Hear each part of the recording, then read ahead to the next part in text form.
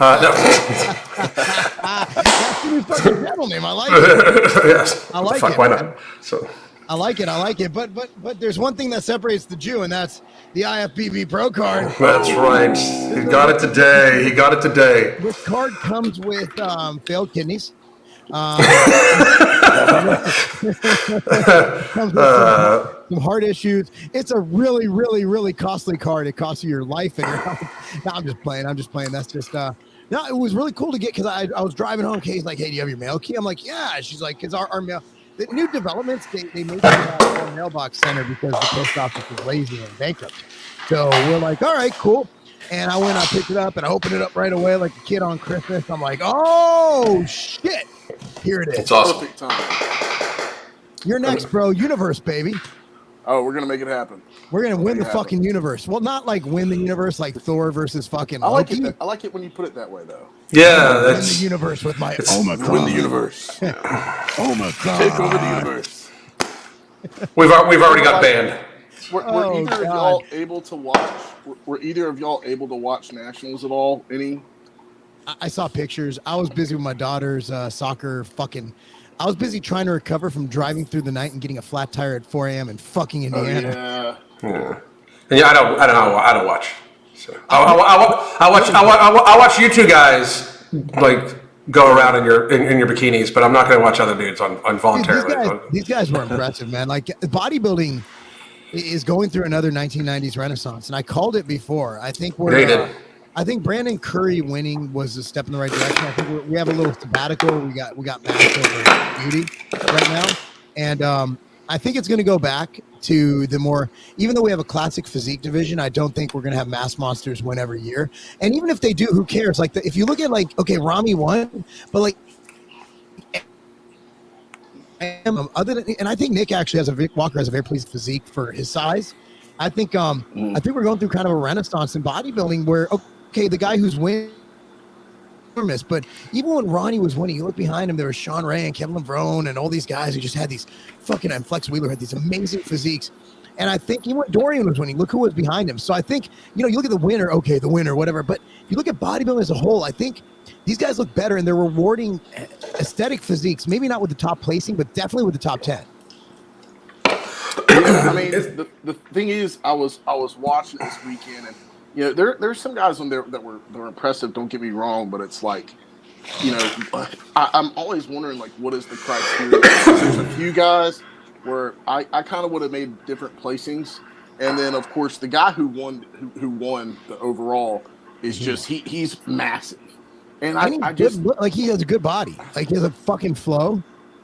Yeah, I didn't know if it was like because I guess just the way that he looks to me, it just didn't seem like the conditioning was there all the way.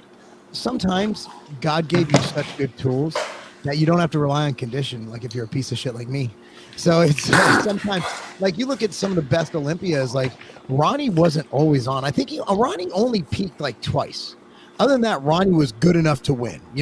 I think Jay beat him a couple Olympias if I was a judge. Jay actually, I think he beat him in 3 Olympias. But if you look at who wins more of the smaller shows, they usually reward conditioning. And obviously at the Masters USA, they rewarded conditioning. But that guy's just fucking stacked. Like God gave him a lot of gifts that we just don't fucking have. Oh yeah, I wonder. I mean, he's got to be like 5'6" or something like that. He didn't seem like he was very tall. No, he was like 5'6", 872 pounds, I think. Something like that. Yeah. That's a serious BMI right there. Yeah, I might be exaggerating a little bit, but yeah, bodybuilding I think is gonna really it gives us a launching pad to talk about health and fitness, and that's where I see it. Even though bodybuilding gets a bad rap, I think it's our job as bodybuilders and especially like without what I'm doing now to okay, you have this title now. What are you going to do with it? Like a lot of people complain, man, bodybuilders get no PR, yet they do nothing to promote themselves. They post on their Instagram, but they don't go outside of the bodybuilding world. Like they get stuck on these little bullshit bodybuilding channels like Mixed Strength and Power.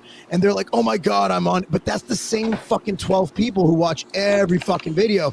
But we're bringing nobody new into our world. We're just like, oh, we're on muscular development, RX muscle, but nobody's going out there being like, hey, bodybuilding's fucking great. Physiques are great. And even though you guys aren't going to fucking do this, like we can actually help people by saying, hey, like Arnold did when he was on the President's Council of Fitness with Ronald Reagan. You know, we don't do that anymore. We just don't fucking do that because bodybuilders are caught in this Instagram world of faking shit with fucking, you know, rented Lambos. You know, I'm out there like, dude, I want to fucking save lives. And if this fucking title, which I worked my fucking ass off for, you did.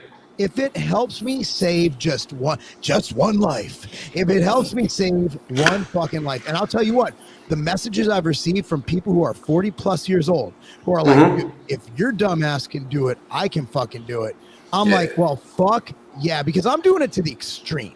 Yeah, that's the thing. Yeah. That's the difference, though. Like, I mean, when you see bodybuilders on stage, the hardest part for most of it, like, is the dieting down. Like, natural bodybuilding gets a bad rap because those dudes on stage look like they're about to die. You know what I mean? Because they're so visceral. Yeah, they're so eviscerated. They look like the fucking mummy. You know, like that just fucking erupted. You know, natural bodybuilding is a dieting contest. It absolutely is. But if you see them off season, they look like very good, like well put together people. It's just when they lose the fucking 40 pounds of extra weight they got that it looks like they're like all sunk in and shit like that. You know? Yeah, I think it's unhealthy. The biggest thing about today that may create some issues in the future. And I don't know exactly. I'd like to get kind of your thoughts on this, Mark. But these peptides that we're all coming out with, and from my understanding, you know, peptides are just multiple combinations of different amino acids. And to me, if that's the case, then they should be safe. I mean, what are your thoughts on like peptides and whatnot? I don't know enough about it, but I know that some of them do have some severe side effects. So, I mean, when you start combining shit, like it gets weird, and they are sequences of amino acids. But one of the things you have to worry about, if it's not prescribed, you don't really know what's in it. You don't know the sanitary conditions it's made in. So you might be buying, you know, some fucking peptide with these combinations of amino acids, but you could be getting, you know, fucking something really toxic or something that's made in a not so safe facility. So that's where I worry. Now, if you get it from, let's say, a doctor, and doctors do prescribe peptides, you know, TB500, BP157, all prescribed. You get those from compounding pharmacies all day long. But it's just you don't know where it comes from. That's people like, what are your thoughts on the safety of this? It's like, well, where are you getting it? And they're like, well, I got this underground site from Australia. And I'm like, I don't know. It's like anytime you hear the word the only thing that happened good underground was done by Harriet Tubman. Yeah. Other than that was a fucking railroad, but she wasn't doing. Now, Harriet Tubman produced peptides. I'd buy them.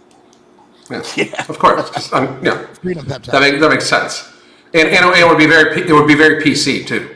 I want to show you guys a graphic we put together to further the grift on the Kroger thing, and this is Griftception right here. I just got to pull it. For some reason, my phone's fucking up. But Griftception. I like Griftception. Like America's protein bar. Shit. Put it up a little bit closer. Fuck. Shit. Fuck. Okay. Send it to me. Yeah, definitely send that to us. Yeah, send it to me. Yeah, I'm not good at technology, man. My technology is holding my phone up to a fucking camera. At least I have a camera, though. I'm not just using my phone. I'm in a good spot. You know, we should talk about that though, because that's a big fucking thing, man. Like, I mean, I think that you started a very serious shift in momentum for people. You know, a lot of people took notice, and it took a lot of balls. And I wanted you to know, and me and Matt have talked about it, but I'm really fucking proud of you, because not too many fucking people that are worth a lot more money than you actually are would turn down that kind of money. You know? No, it's a lot. It's millions. It's not like thousands. It's not hundreds. It's millions of dollars. And I don't know about you, but I'll never have too much money where I'm like, yeah, $1 million. Ha ha ha. That's nothing. And fucking Elon Musk is paying $11 billion in taxes. That's another thing. Unreal. Well, that's the thing, though, is like I mean, like, of course you have your financial responsibilities, your financial obligations, but you also have a moral obligation. You know, when those two kind of coincide or have a confliction, a lot of times you got to go with the moral, especially in this certain scenario. just because now take a look at what it's done for you, Mark. I mean, like, how many people have messaged you and told you, like, I just ordered a box of your outright bars. Thank you for standing up for us. Yeah. Those are going to be lifetime customers. I mean, like, they love you for what you did, you know? And so, in a way, it kind of was a good financial decision. Yeah, I mean, short-term, long-term, who cares? It's one of those things where what the fuck good is financial prosperity if your country is run by tyrants? And the thing is, I did a live in the sauna before we came on here, and I was like, you know, this guy's like, I'm never buying from you again because you're against mandates. I'm like, get the fuck out of here. I don't want your business. Like, that's like selling to the Nazis. There it is. Yeah. That's like selling to Nazis. Like, if you had a company, and let's say you're not, but I'm like, well, I'm not Jewish, right? You know, I'm like, let's assume I'm not Jewish. You know, this is what I said. I think I posted like that. But like, if I was someone who's not Jewish, it was World War II, and I'm not a big fan of Nazis, would I supply the Nazis? And the answer is no. And there's very little difference. Well, we're not killing anybody yet. Everything y'all said you wouldn't do, you've done. You have Biden and Fauci on camera saying there will be no mandates. We can't mandate it. It's against the law. You have all these lies, and everything the quote unquote conspiracy theorists said is coming true in a faster pace than you can imagine. Yeah. And they're mandating literally an experimental technology. And I'm all for experimental technologies, but I'm not for forcing it on people. And that's why it's so important. And that's why it's so important for us to stand up for the little guy. Absolutely. I got Kroger. The most emails I gotten was from Kroger employees who were like, God, thank you. Like, we have no fucking voice. They have no voice. One thing I don't have, man, I don't have the biggest platform, but I have a platform. And I have a voice, and I have something that I can choose not to sell to people and make a statement with. And I think the people, and I'm really disappointed because these are places I go to, and you guys know me for this. You've traveled with me. Cheesecake Factory, Panera Bread. I'm a huge fan of Lifetime Fitness. Their CEOs are fucking cucks. They're pieces of shit. They're going along with the New York City mandate. If those three companies alone said we're banding together and we're closing down in New York until you guys reverse this, it would go a long way. But everybody is just so greedy. And even if I am pro-vaccine, I'm pro-vaccine if you want it. That's what people don't understand. I'm fucking not anti-vax. I don't give a fuck what you put into your body. Don't tell me what to put into my body. Don't fucking say, I don't care. But I love the fact that we came out with the vaccine this fast. And I was cheering it on. And then they're like, well, now you got to put it in your body. Now you got a fucking problem. So the problem is these companies, your Lifetime Fitnesses, these fucking cuck CEOs from Panera, from Cheesecake Factory, they have the power to say no. But they're too greedy and fucking selfish to do so. And they're ruining the country. And the cops who enforce these fucking rules are fucking bootlicking assholes. Yep. I mean, the thing about Lifetime, you know, and I used to work at Lifetime, and I'm still really good friends with a lot of people that work there. And the way that here's the thing is they've been trying to go public for a while, and they're trying to do whatever it takes to get their numbers right, to be able to launch to go public, basically. Yeah. And they've cut benefits, they've cut pay, they've changed pay structures to lessen it for employees, and it's like, what is, where do you draw the line at, And so they're already operating in a state of fear, and so it's just, to me, it was like when I heard that they were doing that, I wasn't surprised at all, because they're already operating out of a state of fear, and that was even before the pandemic. No, it's a bad situation, because what we should be fearful of is people like that little fucking garden gnome, fucking Beetlejuice looking bitch from Chicago, saying that everybody, look, the people who are educating us on health, who are trying to tell us what to do health wise, are the most unhealthy looking fat motherfuckers you've ever seen. This bitch has a BMI of 174. It's like, shut the fuck up. Until you get healthy yourself, you do not tell me what to do with my health. The bottom line is, the healthiest people might or might not, look, I'll tell you what, I have business partners, and I'm going to drop names, it's their medical history, who have the vaccine or who are extremely healthy. I have business partners who don't have the vaccine who are extremely healthy. That's the bottom line. But they made that choice, and they chose whether to get that extra boost pharmaceutically, or they made the choice that, hey, I might fucking die. Every time I cross the fucking street, I make a choice. Will I die or not? And if that thing works, why does it matter if I get it? I'm not understanding the logic of that. I've never walked up to anybody and be like, bro, you got the polio vaccine? It's like, that's fucking stupid. Like, if it's a cult. It's a cult at this stage, dude. I mean, like, it's when they're completely ignoring natural immunity. Like, when you're completely ignoring something that we have had as, like, without natural immunity, just for all you fucking idiots out there, we'd all be dead. Like, we wouldn't be arguing about this. We'd all be dead. Like, every single one of us, we'd be dead. Like, the fucking first virus would have came along. If we couldn't develop immunity to it, it'll eventually fucking kill us all. We'd all be dead. I tweeted it the other day. Yeah, it's crazy. It's nuts, and it's sad that they're using it as a tool, as a weapon. And what are you? I don't know what to think of this whole, like, Great Reset.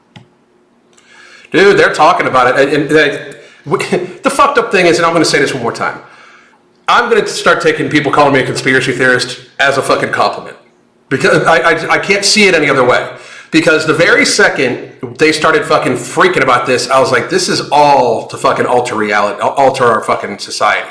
Like, they've got people thinking that their rights are privileges. Once they fucking shift it, like that portion of people, like, once they start thinking their rights are privileges, we need to fucking extricate them. They can fucking have their own fucking shit, because they're simps. You know what I mean? Like, they're not going to fight for their fucking freedom. They are literally the people that will turn in their neighbor, you know, for being diseased or whatever. Those are those fucking people. I mean, the thing is also about the whole Great Reset. The thing I think that maybe concerns me most is the whole financial aspect of it. Yeah. Because we've had 40% of all the money supply that we've, like, printed or everything that we've printed in the last several years has made up 40% of the entire money supply that's in the market now and coming into the market, which is creating inflation right now. It's like, how bad is that going to get? And, I don't know. What can we do about that? And I know that we're kind of going out of our lanes here a little bit, but it seriously is a concern that a lot of people have in the back of their minds, and I think a lot of people should have in the back of their minds, because it's getting serious. Well, at least they fucking stopped the 3B bill, because that, I mean, what, we're gonna add another fucking $3 or $3.5 trillion and shit like that? Like, if either of you gentlemen, say for a year you ran at a deficit and you just took out loans, okay? Say you did it for a second year. Say you're spending 50% more than what you're fucking bringing in. So for a second year in a row, you take out more loans, right? Eventually, they'll tell you fucking no. They're not going to let you take any more fucking money out, because you're showing a very, like, when you are showing that you are making barely enough money to pay the interest, not even the fucking principal on a fucking loan, they're never going to fucking provide you another goddamn loan. We allow our employees to spend our money in a way that we would never be able to function in our fucking lives by ourselves. And that's our fault. That's been the last fucking couple decades. It's everybody's fault. I agree. But at some point in time, we need to decide, if you aren't going to be good stewards of our money, and if you aren't going to be good stewards of the Constitution, because that's what the federal government's entire fucking job is to watch over the fucking rights that are laid out. We have those rights. The Constitution does not give us our rights. We have those rights. It just lays it out. And, like, I think it's natural. You guys, religious people, think it's given by God. I don't give a fuck. They're my rights. I'm born with them. But and the thing is, that's their job. Yeah, and another aspect to throw into it as well is this whole situation with China and Taiwan. I don't think a lot of people realize this, but Taiwan produces, like, all of our computer chips just about. Mm-hmm. And so if China takes over, you know, that's a big deal, and we would kind of have to step in for that. And I know a lot of companies are starting to try to bring chips back here as quickly as possible, but it's like, man, how long, you know, can that hold off for? And I think China knows as well. Yeah, I don't know. I don't know what's going on internationally. I just know that China needs us. We need China. So where does that leave Taiwan? I don't think we're going to do shit. We're not going to do shit. I'm glad we're not going to do shit. Because I don't think we can. That should make China has us, man. We're destroyed. Like, China would destroy us. Yeah, I mean, as far as taking away our rights and everything like that, if it gets to a point where we actually do put up a fight and the tide starts to turn, because I think a lot of our politicians or even just elite people in the upper echelons of our society are in bed with China. Oh my God! So so it just, to me, it just makes sense. It just makes sense that the last, or at least their I guess plan B or whatever it may be, is to like actually take over. China has nothing. I mean, they want to conquer the world. I mean, they're in a growth phase, so to speak. They're about imperialism. They're about literally taking over the world, and that's what they've been working on. And while we've been busy worrying about transgenders in the military, they've been building weapons that can fucking just fire from all the way in China and pinpoint someone's pimple on their nose and blow up an entire city. Like, they've been coming out with shit that'll knock out our satellites in outer space. And we've been worried about the woke Olympics. Like, it's just, our priorities are so weird. And I don't know what the motive is. Like, and I have no idea how these people, like, I have no idea how someone can look at me, someone saying, look, man, I think it should be a choice, and disagree with something that you're taking to protect yourself, but I have to take it to protect you. How does that even make sense? Like, here's my thing. Even if I needed to take it to protect somebody, too fucking bad. You can choose to be around me or not. But it is not my job to protect other people. I love both you motherfuckers. It's not my job to protect your asses. I would, though. Don't get me wrong. I'd fucking protect you guys. But like, it's not my job to fucking protect nobody else. That's not how that shit works. I'll protect the fucking country. Well, also to your point, Mark. To your point, Mark. China is doing things. They're doing the complete opposite of what we're doing. They are trying to make their boys more masculine. They're trying to grow them into masculine men. They are rewarding families. I believe that they are rewarding families now to have children and whatnot. And they're doing everything right. They're protecting the family unit. Here, we're trying to destroy the family unit. And so, I don't know. That's what Black Lives Matter is there for. Black Lives Matter was about dismantling the nuclear family. And like, that's like everybody's like, why don't you stand with Black Lives Matter? I'm like, because everything I stand for is the fucking nuclear family. I don't give a fuck if it's fucking Pink Lives Matter. As soon as you say you want to disrupt and dismantle the nuclear family, you can fuck yourself. And people don't realize how important that is. And to me, I don't get how some people like see that and just don't get it. Okay, that's not good. They don't see that and it doesn't click for them. But also things like TikTok. I mean, I just got TikTok last week. Finally did it, and of course scrolling through the stuff, and I've seen some like pretty degenerate shit from there anyway. But good gosh, it is so degenerate, and people like this stuff, and I'm like, who in their right minds likes stuff like this? I mean, it's like a next level Jerry Springer, like right there. It is. It's a Jerry Springer app. And it's like, this is so wrong, and I'm like, have we seriously gone this far down that path? It's bad. Well, I don't know. And there's a spectrum too, and so many people are so spread out on the spectrum now. It kind of used to be a little bit more mixed, but I think people are either, hey, I'm going to live my life right and do the right thing, or then people are just like, screw that, I'm going to do whatever I want. Hedonism. Well, I mean, that's where I see we almost need some form of I don't know how it would work logistically, but Jesse Kelly, he's been saying this for years, the national divorce, and I don't know how that would work out logistically, but I don't like I think Cernovich said he saw people waiting in line for pre-holiday fucking COVID tests, right? And he goes, we need a national divorce. I have nothing in common with these fucking people. Yeah, like, seriously. Why would I get a test if I'm asymptomatic to hang out with my family? That's fucking insane. You do not test people that are not fucking sick. Like, I mean, like somebody testing positive means when they're not symptomatic means absolutely nothing, especially because they're starting to test at the 40 cycles again. So they're going to pop a bunch of fucking fake positives just to fucking ramp up the fear. But asymptomatic spread is not a fucking thing. The only reason why asymptomatic spread is a thing now is because people have this fucking jab and it masks their fucking symptoms, so they can be contagious because they would normally be symptomatic, but it masks their symptoms. So basically, that's all it's done is fucking make sure. Like, if you are fucking, if you're part of the control group, if you're non-GMO, there's no fucking reason to fucking, if you're not sick, if you're sick, stay the fuck in. If you're not sick, you're not contagious. And it's just go ahead.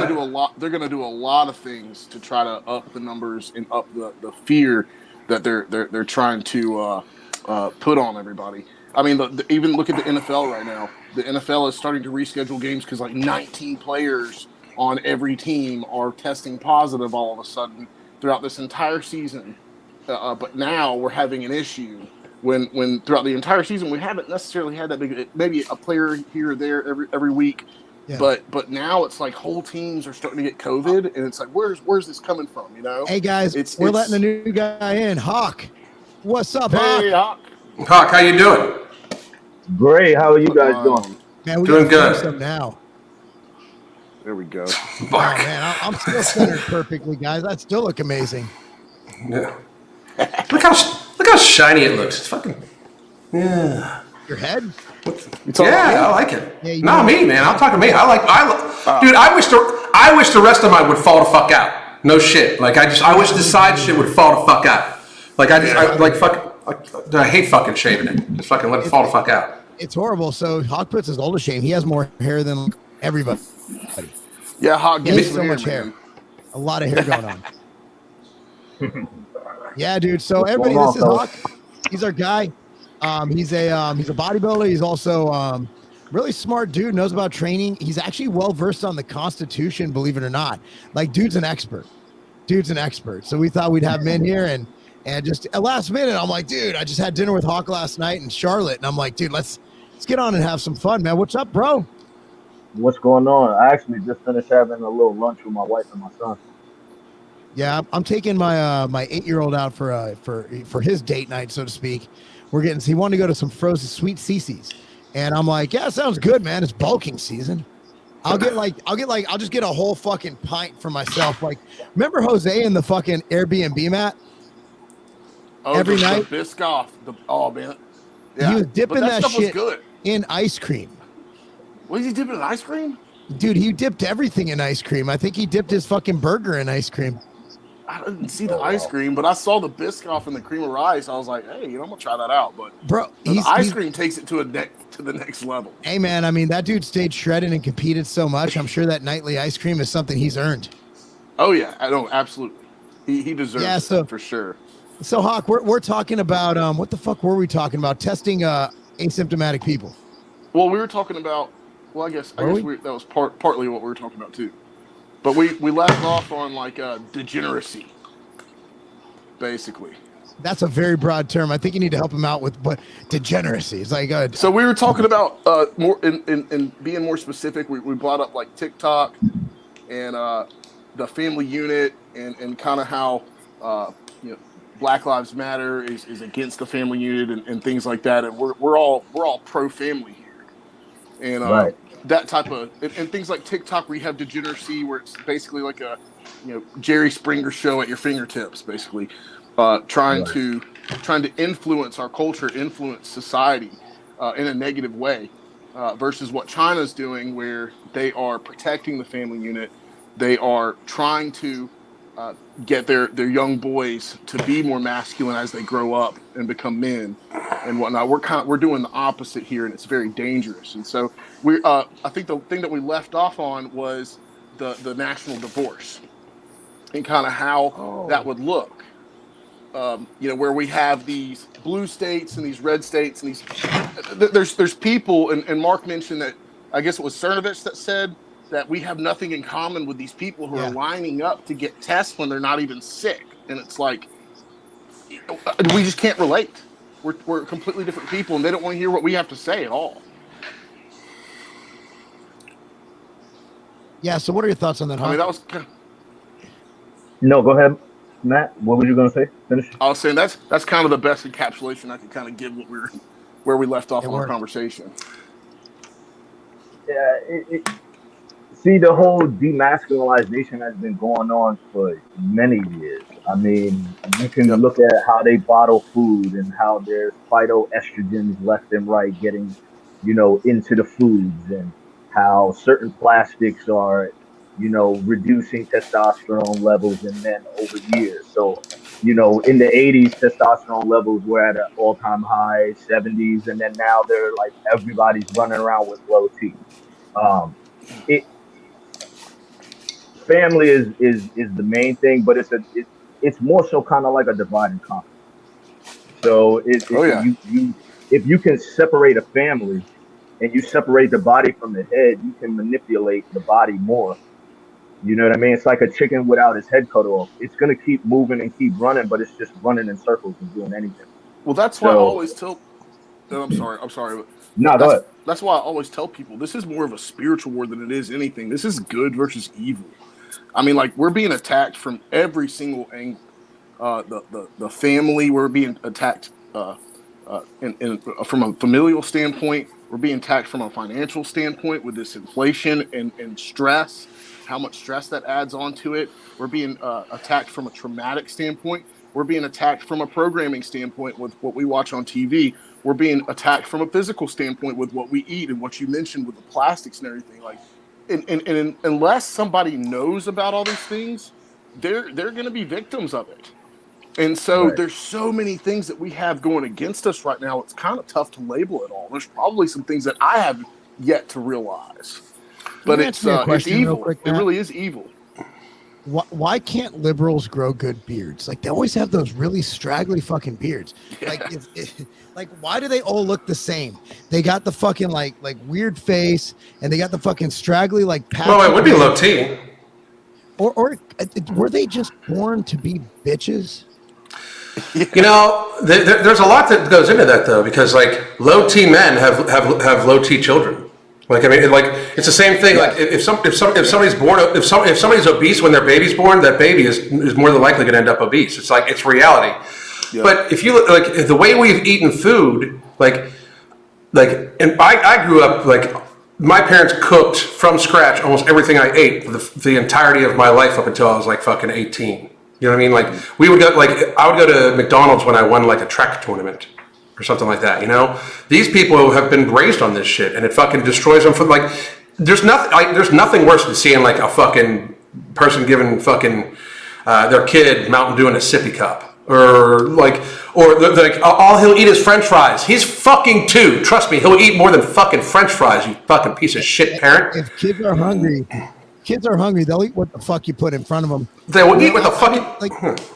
And they go through phases, but there's so many choices. Like, Cammie loved avocado, and then she's like, "Fuck this, give me some sweet potato." And then we started making our own food, and then we'd make MTS Way sludge for a treat. And like, our kids were raised on good food, and it doesn't cost that much. Like, we did it on the cheap. We don't have to do anything super crazy. But the bottom line is, you know why they're giving them French fries? Because they're shoving it in their fat fucking face, and they're just giving little fucking Becky a fucking French fry. Becky's gonna get type 2 fucking diabetes, and there we are. So it's all personal choice, personal responsibility. Just look in shopping carts, dude. Look at my shopping cart, and then look at someone else's shopping cart. Sure, Thomas eats whatever the fuck he wants to eat. I have Thomas get cookies. We went to Aldi today. Motherfucker bought like $80 in cookies.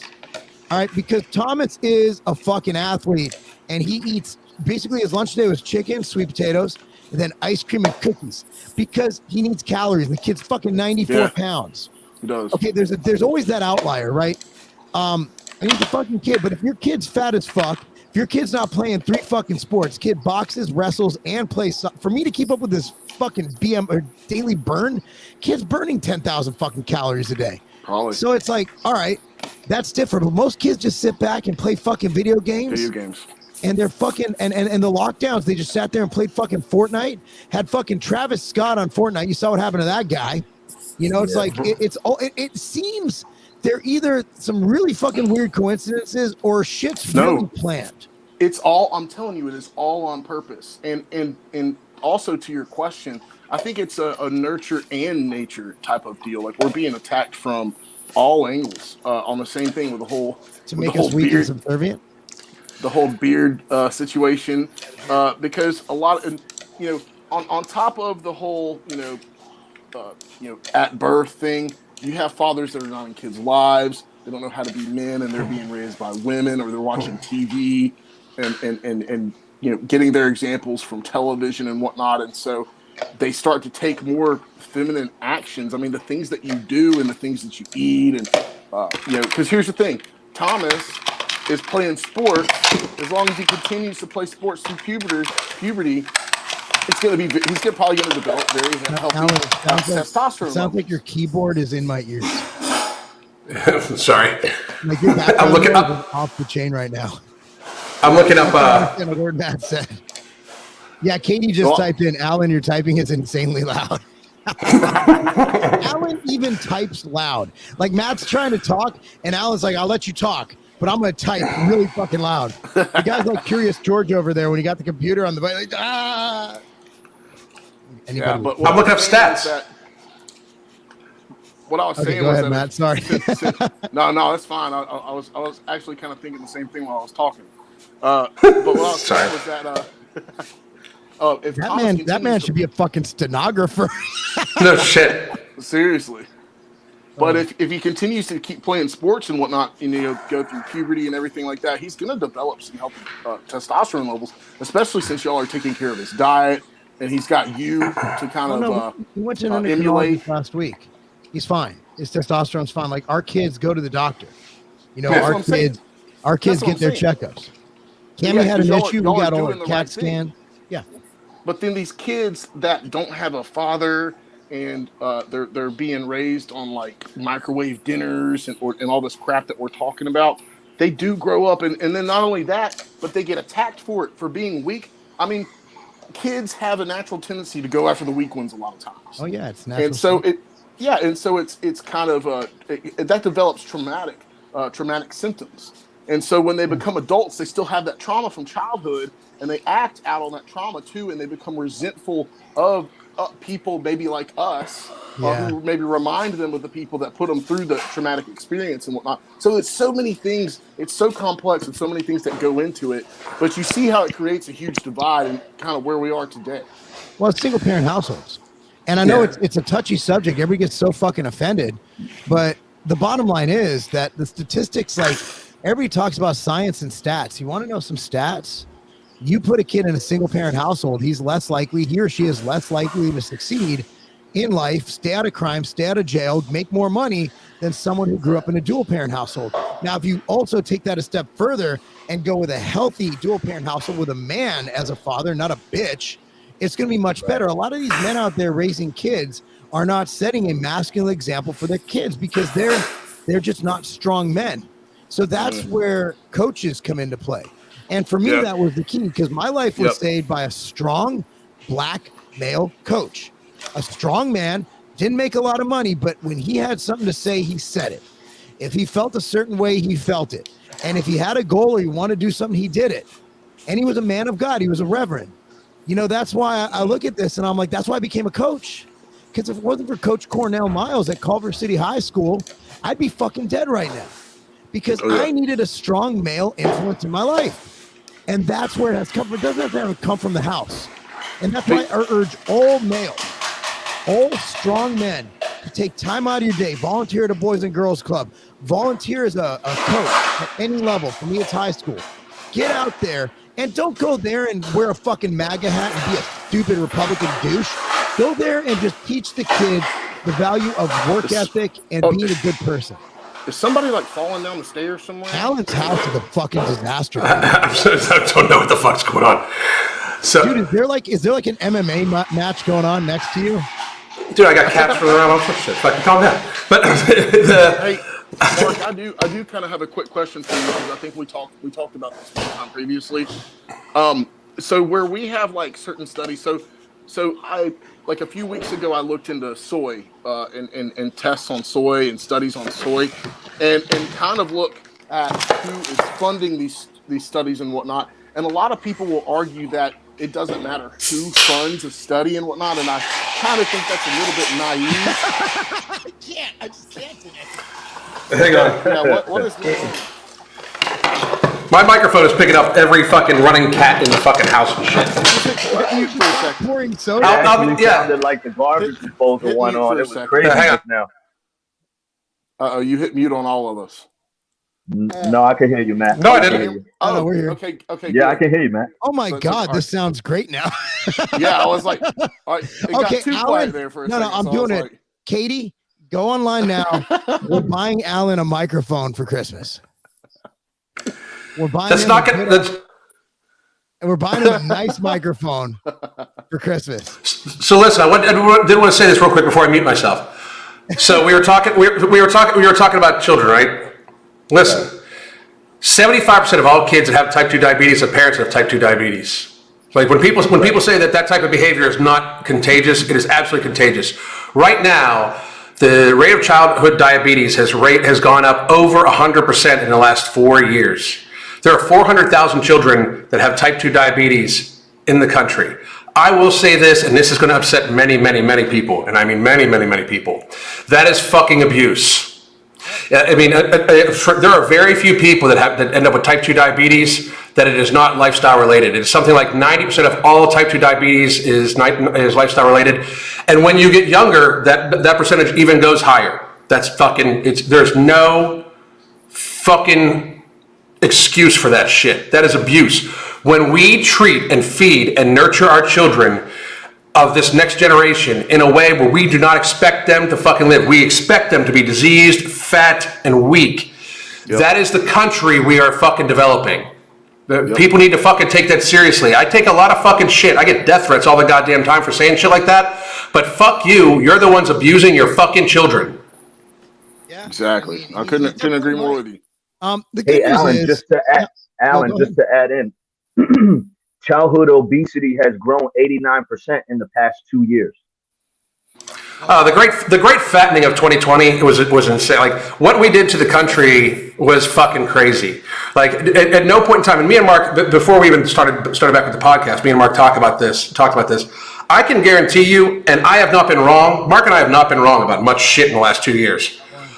But I can fucking guarantee you the wave of chronic illness, of avoidable lifestyle-driven illness that is coming in cardiovascular disease, in diabetes, in osteoarthritis, non-alcoholic fatty liver disease, the wave of illness that is coming is going to be biblical.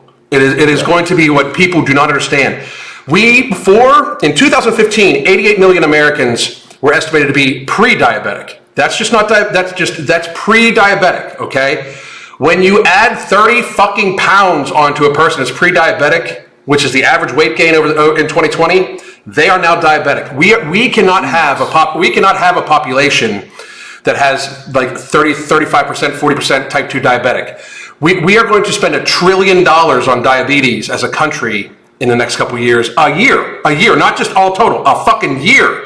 And this administration has made it so insulin prices have fucking skyrocketed.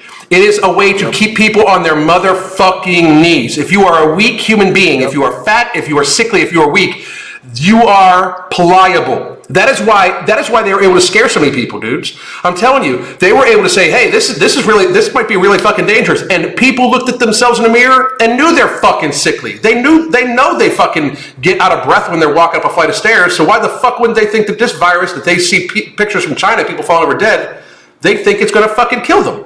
Genius. You know? Yeah, it is fucking genius. That's been happening over the last several years where, I mean, because here's the thing is like the free market, I mean, like a well-regulated market is supposed to work really well. And the thing is, we've had these lobbyists from these healthcare companies and whatnot go in and create even more regulation to where it increased prices by way too much and lowered competition. And then we got to a point where we had to implement Obama. That's how they sold Obamacare. Is they got us to that point and said, "Oh, you know, it's too high now. We need to have a government health care and extended Medicare or whatever it is." And so it was all manufactured. I mean, it was all done on purpose. And now here we are. This is all being manufactured as well. I was actually for basic health care until the mandate thing came along. I'm like, oh, so this is what they're going to do.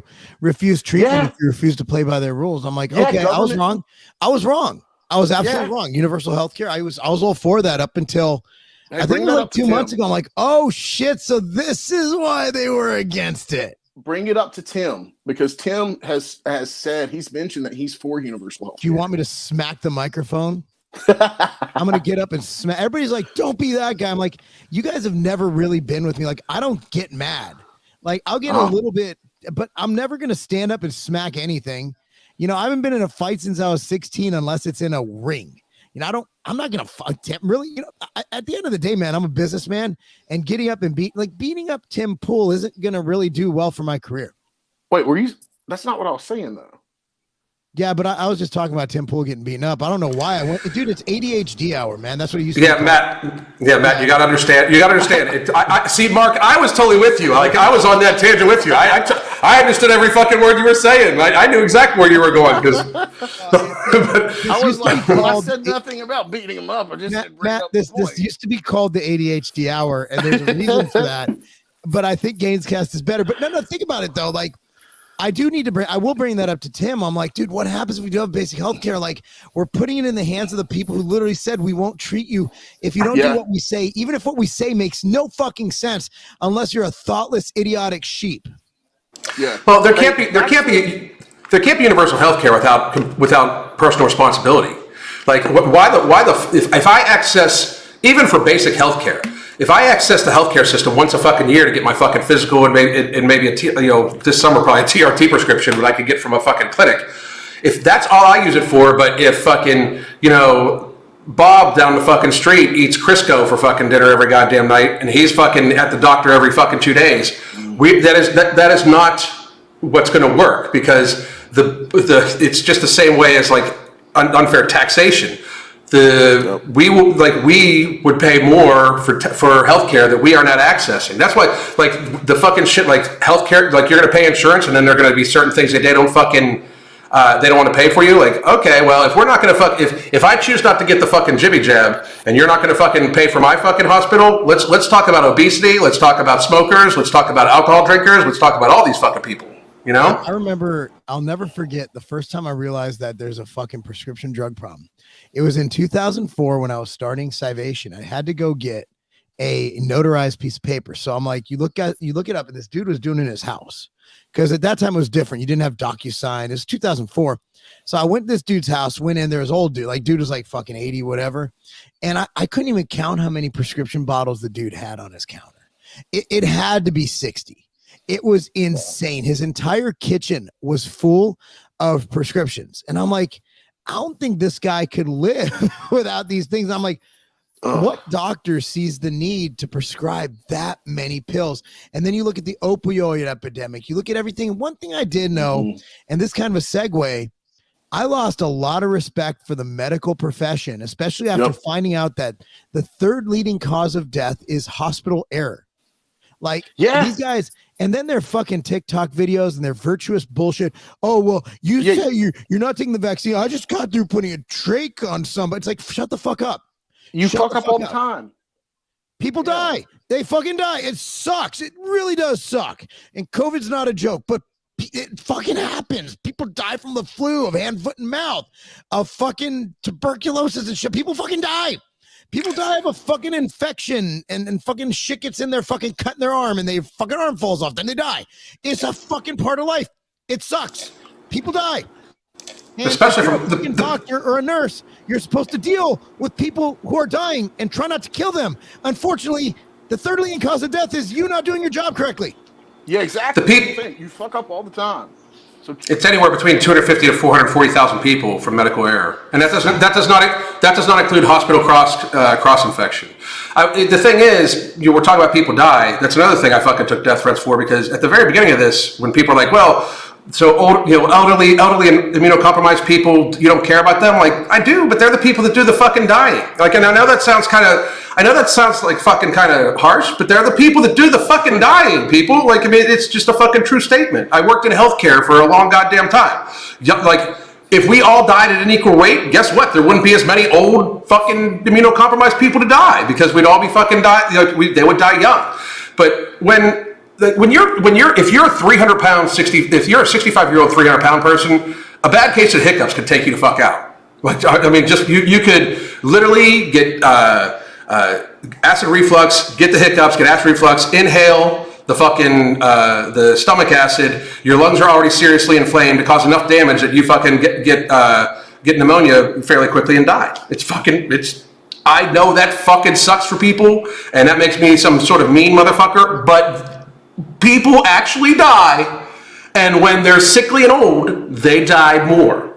You know? One thing that I kind of wanted to bring up earlier before Alan started typing was there's a study about soy, and so I was looking into soy and kind of how that affects people from the phytoestrogens and whatnot that they claim that are in there, and then looking at who is funding these studies and whatnot. And some people will say that it doesn't matter who's funding the studies, and to me it seems a little bit naive. But I mean, as far as looking at it from like a conflict of interest standpoint, like how easy is it to manipulate data and studies like that, even if they are peer reviewed? Do you want me to answer that? Yeah, absolutely. You can take a data set point. You can make a study, say whatever you want. There was a study done by I believe it was Baylor within the sport nutrition industry on arachidonic acid that was funded by, I believe, Molecular Nutrition, Bill Llewellyn at the time. And the study came out with positive results. But if you actually dug in and looked at the data set points, and again, I haven't looked at this thing for probably 10 years. So forgive me if I'm mistaken, and I don't want to go on the record, and please, Bill, don't sue me. But if you looked at the data set points, it was not quite the story that they came up with in the conclusion. So yeah, the data can be manipulated. Data can be manipulated, and it can be skewed, and you can measure things either way. You can throw out the high score, the low score, you go with the mean, the median. So absolutely, as someone who's actually funded studies that weren't skewed, my studies were not. They were done. I always made sure when I do studies to have two groups do the study simultaneously or work together and collaborate on it, so it removes all doubt. And also, I don't talk to the researchers during the study. All I do is send them what needs to be studied, give the parameters, and we go to town. And studies are really expensive. So if you were a guy doing a study, you want to make sure that result comes out good, right? Like a study done in the USA, like a normal 12-week study, depending on parameter, is between $300,000 and $500,000. I know, because I just got it quoted like a few months ago. So studies are fucking expensive. So you have to, as the person doing the study, you want to know that the results are going to be worth your $300,000 to $500,000 or more investment. Like studies, people look at them and they're like, a couple grand. No, you got people involved. You got universities, you got fucking biopsies, you got blood work. There's a lot that go. And sometimes you have to incentivize the participants, because who wants to take some fucking potentially dangerous shit they don't know what's in it and be like, oh, okay, we're going to do this. So yeah, there's a lot that goes on in studies. If only there was some type of organization that would take a look at these studies and these data points to make sure there was nothing, ethically or morally wrong with them. You can't. I mean, it's hard. You just have to go with the reputable. I'm kind of making a joke here because the FDA is supposed to be that. Well, the problem is the FDA and the CDC are funded by the companies who they're approving products for. That's what I'm saying. It's a what is it? A turning door. And conflict of interest, of course, because like you have people that are on the board of the FDA going to work for, or going to get on the, after they get done working at FDA, they go sit on the board of Pfizer. And then not only that, but from my understanding, you have where the FDA takes a look at these data points. Pfizer does the study and then gives the data points to the FDA. So it's like, okay, essentially grade your own homework. You know what I mean? Yeah. Like here, you make your own test and then take it and then give it to us. Like, it makes no sense to me. Makes no sense. There's no third party. Like with the outright bars, we send it to a lab that doesn't give a fuck about us, and they give us the calories. Pfizer should be outsourcing their studies. They shouldn't be in-house studies. In-house study, I could be like, yo, dude, I I gave Drop Factor, our fat burner, to a couple fat dudes in the office, and they lost like 7 pounds. And that's it. You know, it's not like a controlled double blind done by a separate group. It's just absolutely ridiculous. It's so astounding how nobody cares. And the woke cult, they just don't see this. I can't believe people don't see this. I know, right? It blows my mind. It blows my mind. Abbott. So what we have here is the corporate partners for the CDC. So this is who donates. So we have Kaiser, Abbott Laboratories, 3M Pharmaceuticals. Let's see, ACE.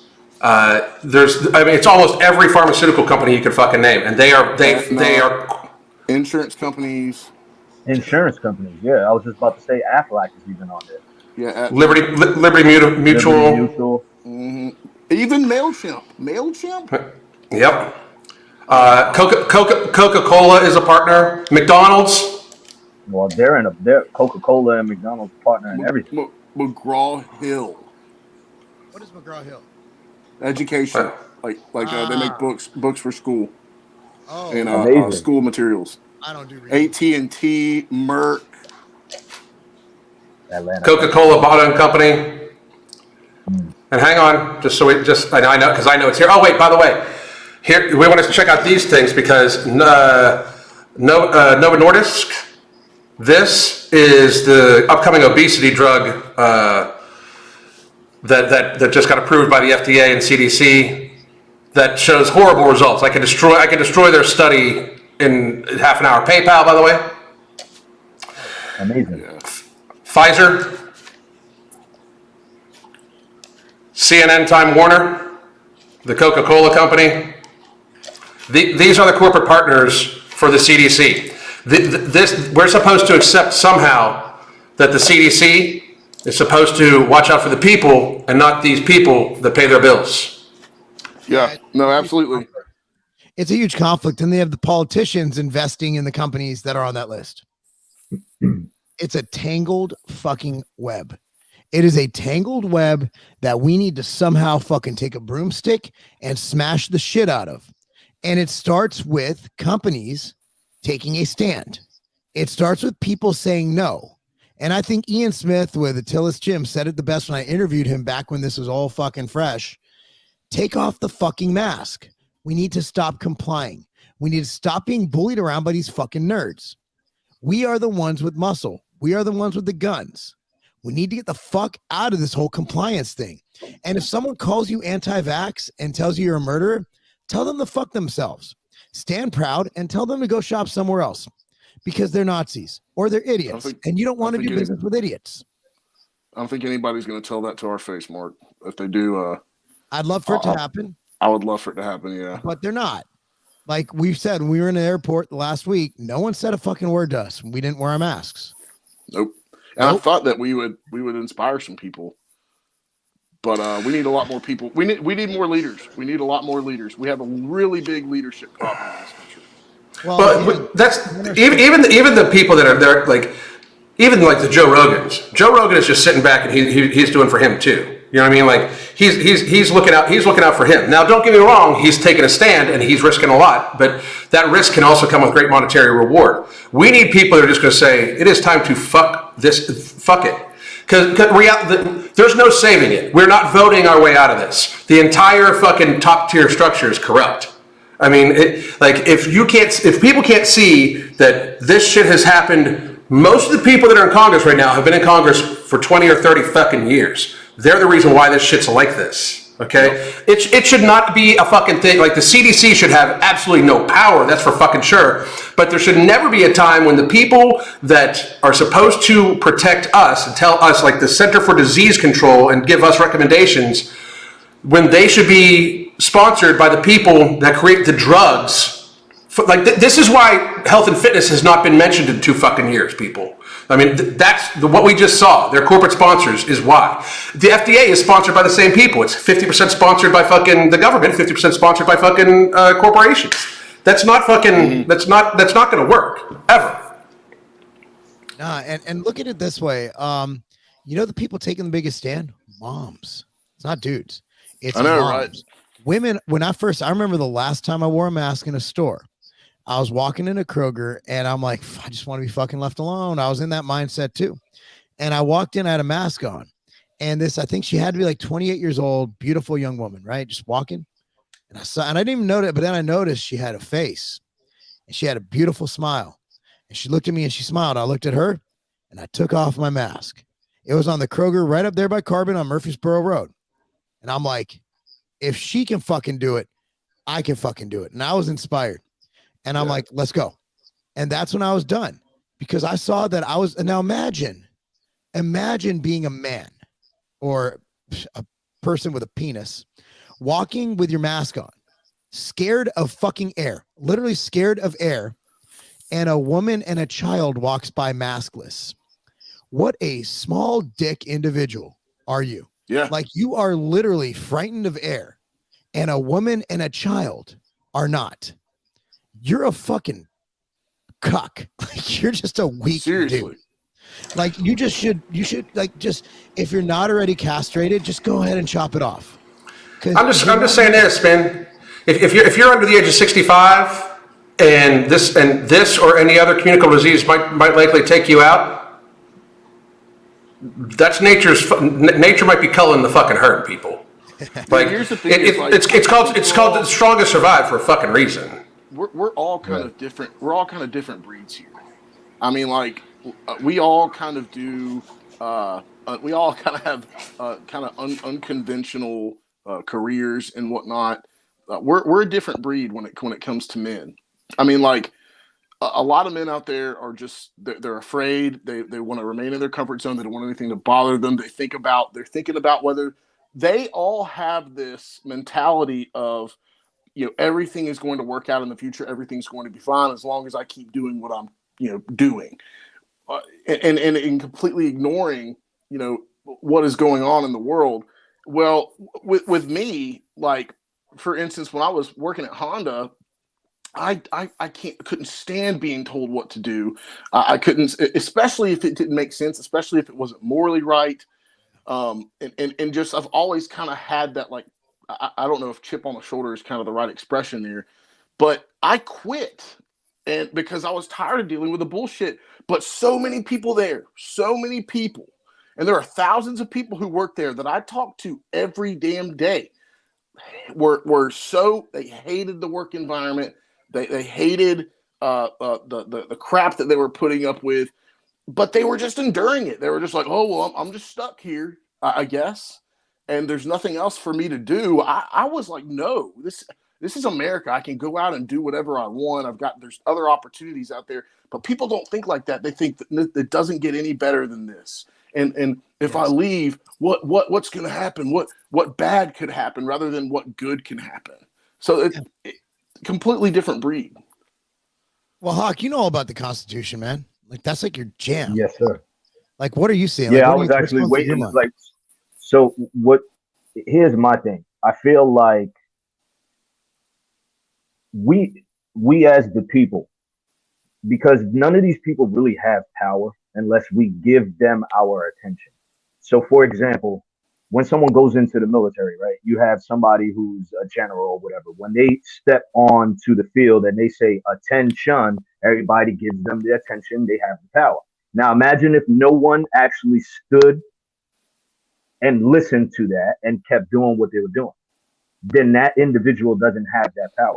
We put certain people in seats, right? And they hold an oath to the Constitution, therefore making them the trustee. And that is a legal binding contract between us, the private citizens, and them, the trustee, making us the beneficiary of the contract, which therefore means the powers within comes and relies from us, but also their job as the trustee is to perform the duties that benefit the beneficiary. It's like a trust. So if you have a trustee that is not functioning within their trust duties, then that's called treason, which is punishable by death. Period. Has nothing to do with whether we like that or not. That's just the laws of treason. So the reason I said that is because us as men need to, and especially as fathers, we need to understand that the Constitution doesn't give us the rights.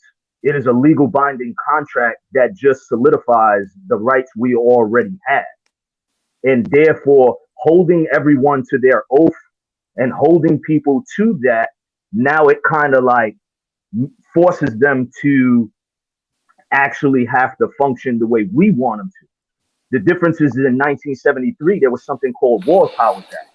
And Mark, you and I spoke about this over dinner yesterday about the War Powers Act of 1973, which basically took something that was unconstitutional, which is the War Powers Act, and made it to where, since they are quote unquote warring with the people, either i.e. war on drugs or i.e. war on an epidemic, now they can kind of go around and use loopholes to get the citizens to voluntarily give up their rights, because they know that it's unconstitutional and therefore treasonous if they force you to do something. Just like a mandate. If you look up a legal definition of mandate and look up what law is, they're not the same thing. A mandate is an opinion. It's not factual. It's not law. Just like well, we could get into that later. But when they say, oh, we're mandating X, Y, and Z, that's more so for the public citizen and not the private citizen who actually has the power and is the beneficiary of the Constitution. The Constitution has power, but it's only the power that you know how to checkmate somebody. Like when you have a sheriff, the sheriffs take an oath to the Constitution. The sheriff is actually the only officer of the county. They're voted in, where you have what's called cops, constables on patrol. Those individuals have to sign a W-4 and they get hired. So you have cops, constables on patrol. Those are people who, like the state cops and things of that nature, and your municipalities, they have cops. Those are just people who are hired, where now your sheriff is the person. So let's say, for example, somebody tried to force you to do X, Y, and Z. This is how you checkmate them. Well, me being the beneficiary of the Constitution and you being a trustee, now you got to go towards the sheriff, because the sheriff will always side with you as long as you understand the Constitution. My son is 9. At the age of 6, I walked into Harris Teeter supermarket. My son saw the sheriff.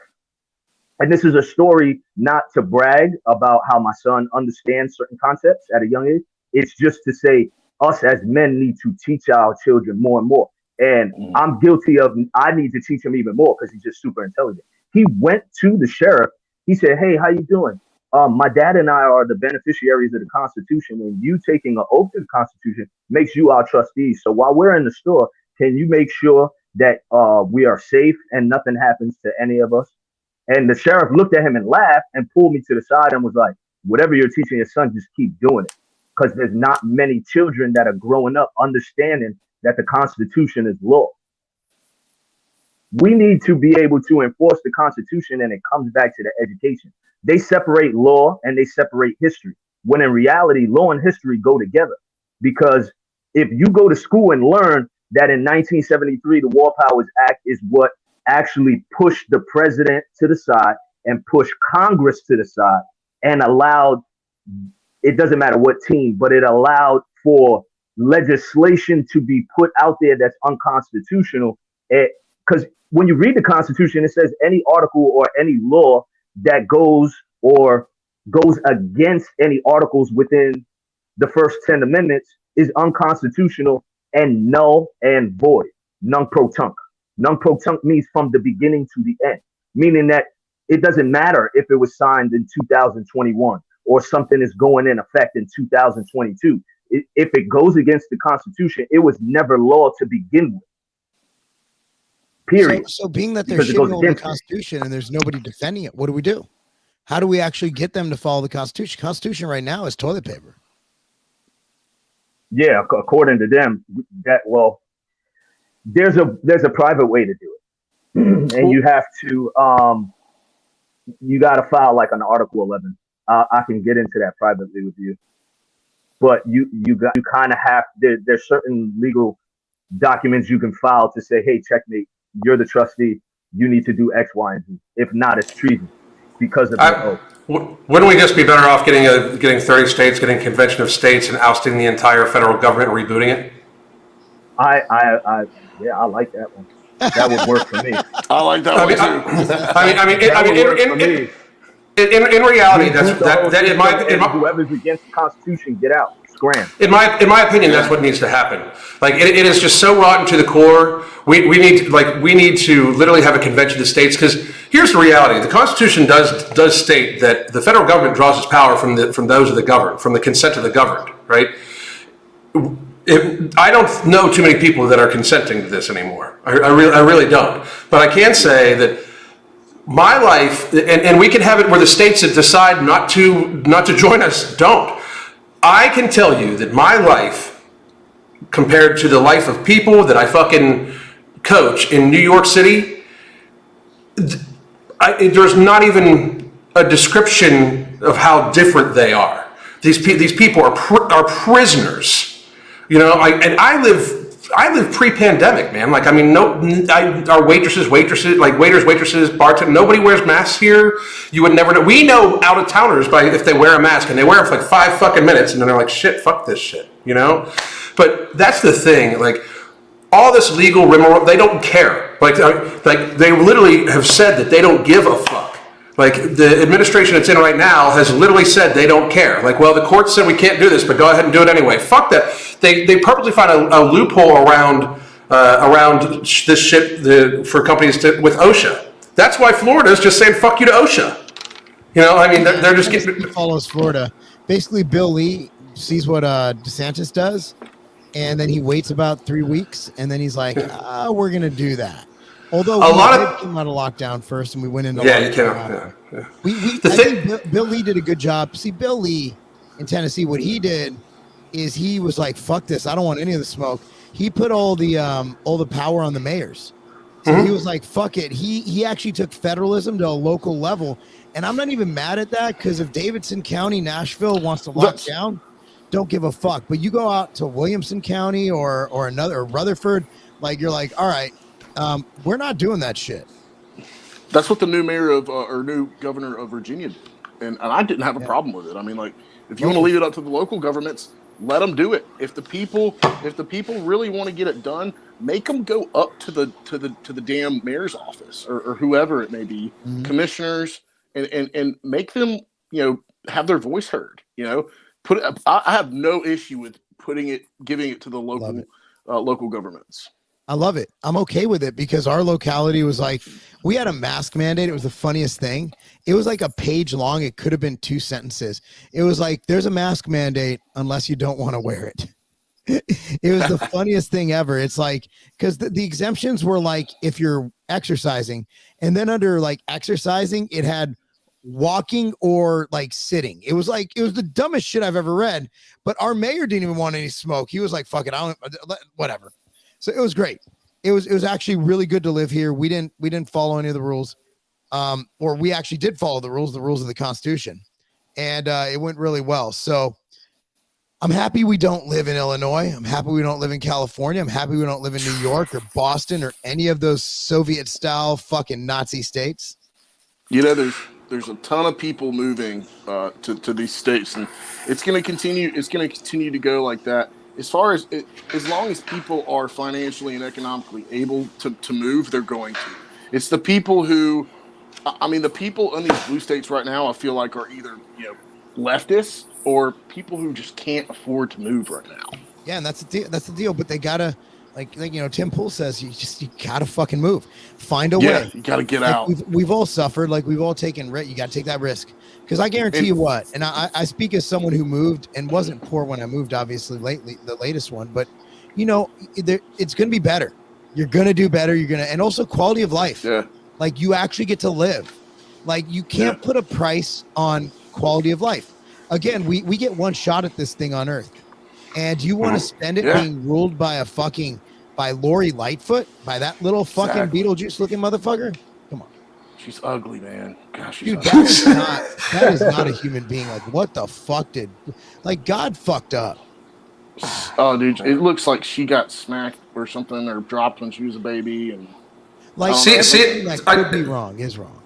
seeing somebody that is obviously clearly in ill health discuss how, like, almost look down their nose at people about health too, is just, that's got to be the worst part of 2020 and 2021. It's just like these people. God, I would never say anything like that to her or about her if she was a good person, but she's just a disgusting person. Dude, some people just need to know they're ugly. yeah. Yeah, you just gotta the conservative women are just hotter. Like we got like Noam, like fucking Tommy Lauren, like all these chicks are like smoking hot. Like even like our government officials, and the ugly ones on the Republican side are usually the rhinos.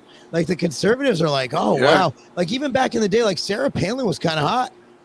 Yeah, she was like 97 years old.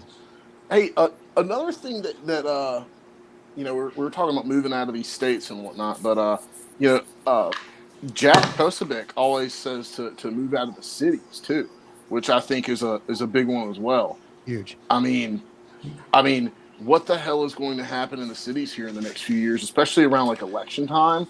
It's only going to get worse. These riots, they'll come and go in waves, and illness and disease always attack cities too. Like population density for communicable diseases is a very fucking serious thing. Like if you live on the 5th floor of a fucking building and the heat's on, you're breathing 4 floors worth of fucking germs rising up to you. Like I mean, it's disgusting. Like I mean, it's not healthy. Like we're not a species that was meant to live on top of each other, like in stacks like that. You know, like it's fucking disgusting. You know, that's where the bubonic plague happens from. It's from the sewers and the fucking rats and shit like that. Like people in the country didn't fucking develop the bubonic plague. You know, like that's not fucking how that shit works. People that live out most of their lives outdoors and walk around and get fucking sunlight and vitamin D and shit like that. You know, they're not the problem. The cave dwellers of the fucking cities, that's the issue. And I'm not if you prefer to live in a city because of nightlife, great, fucking good on you. But don't tell me it's fucking healthy. I mean, I visited New York and I grew up in Pittsburgh, but Pittsburgh's a different city. Pittsburgh, if you live in the suburbs, you damn near live in the country. Everything's within the 3 rivers and within the mountains, and the city's right there, and everything else is fucking country. Yep. But like if you look at fucking like New York City and fucking these humongous Boston and Chicago, like fucking Chicago's a war zone already. What the fuck they think's gonna happen in the 2022 elections? Like what the fuck? Well, I mean, let it go. Let it go. Let them fucking blow themselves up. If you're still there after all this, sorry, dude, you belong in the crossfire. I'm not even mad. Like, I'm not fucking just walking down the street in the South Side. You know, like we know areas to avoid, and if you see the shit caving down, you move. The very fucked up thing though is for these states like New York. New York is governed by the decisions of New York City, but County, Illinois. Yeah, I mean, it's governed by that, but most of the fucking state does not hold those beliefs. That's what's fucked up. Extremely red. In fact, a lot of the counties, the county Jason Corey lives in, our old graphic guy, they just said, nope, not doing the mask mandate. Fuck yourself. So it's going to be very interesting. But on that note, guys, it's been a long time. I think we need to, obviously Hawk needs to come back on and scholar us. Yeah, hell yeah. That was awesome. That was dope. And what do you guys? So we got our. Let me make a note. We're doing the Merry Griffmas lift on Christmas Eve. That'll be a good time. And Alan and I have a lot of stuff going on, a lot of cool events going on. Keep an eye open, and of course, tell everybody about the Gainzcast. It's a little bit different. We'll fix all the issues as far as audio and everything. We're still growing, bringing people in, and we're figuring things out, but it'll get better as we go. It's gotten better so far. It's going to get better and better and better every single time. Oh, yeah. All right. Thank you guys for joining, too. Fucking appreciate it. Yeah, dude. No, appreciate you guys having me. That was a great discussion. If we don't talk first, man, Merry Christmas, everybody.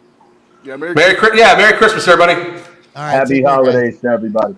Take care. Yes, bye.